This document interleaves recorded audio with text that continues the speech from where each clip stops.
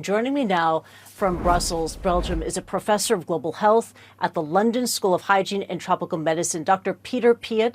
Welcome back to CNN. Thank you for joining us. We have so many questions to ask you, sir. And first, just the chances that this could spread further.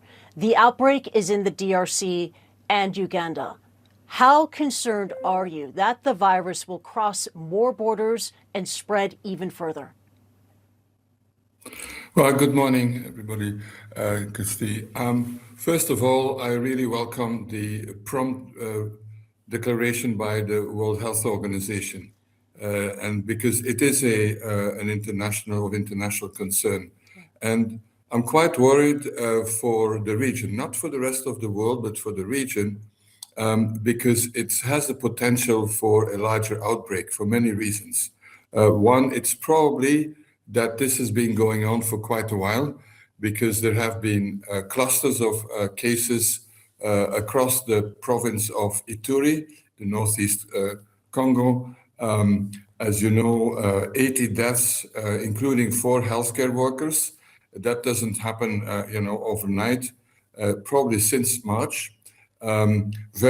Secondly, as you mentioned, there are 2 cases in Kampala. They're not connected. There's 1 case diagnosed in Kinshasa, and now also 1 case in Goma, according to Professor Muyembe, who's really one of the leaders in the world dealing with this.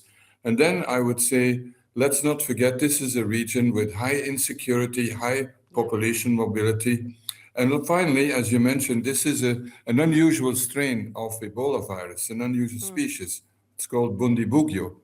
And we have no proven vaccines, no proven treatment. So it has all the elements for a much larger outbreak than what we have.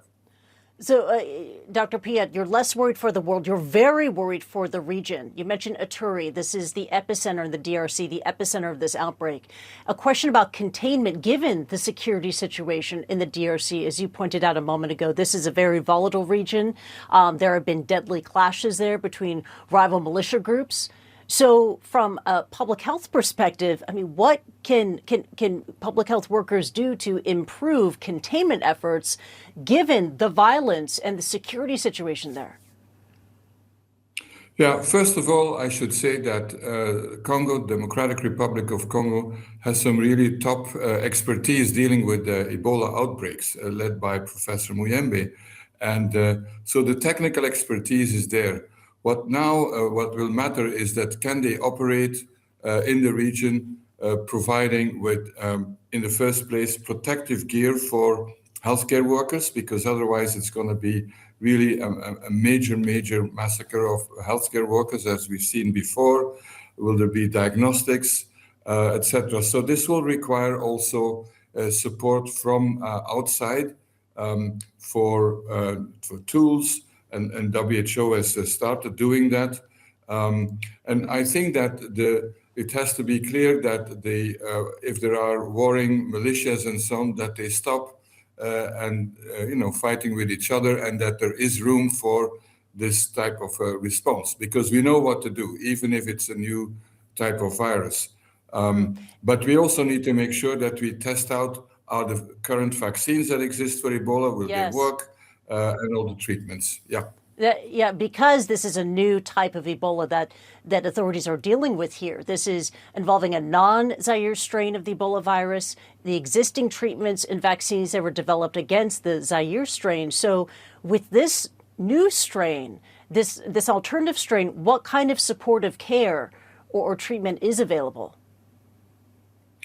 Yeah, it's true. This is the third outbreak of this Bundibugyo strain. And we already know that the classic diagnostic tests that are now being used for the diagnosis of Ebola virus infection, they don't really work. And that's one of the reasons that there was some delay in confirming that this was an Ebola outbreak.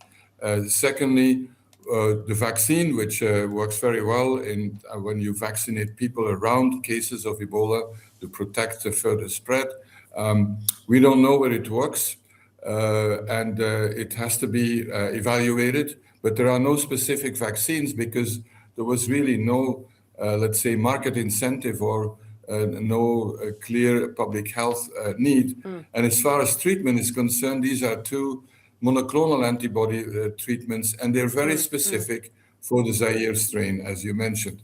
So Dr. we Piet. are in a difficult situation, absolutely. But so care for the patients is really absolutely the priority now. Isolation and also making sure that those who care for people are protected and don't get contaminated. Absolutely. This is a very critical moment. Dr. Peter Piet joining us live. Thank you for sharing your expertise with us. Thank you very much.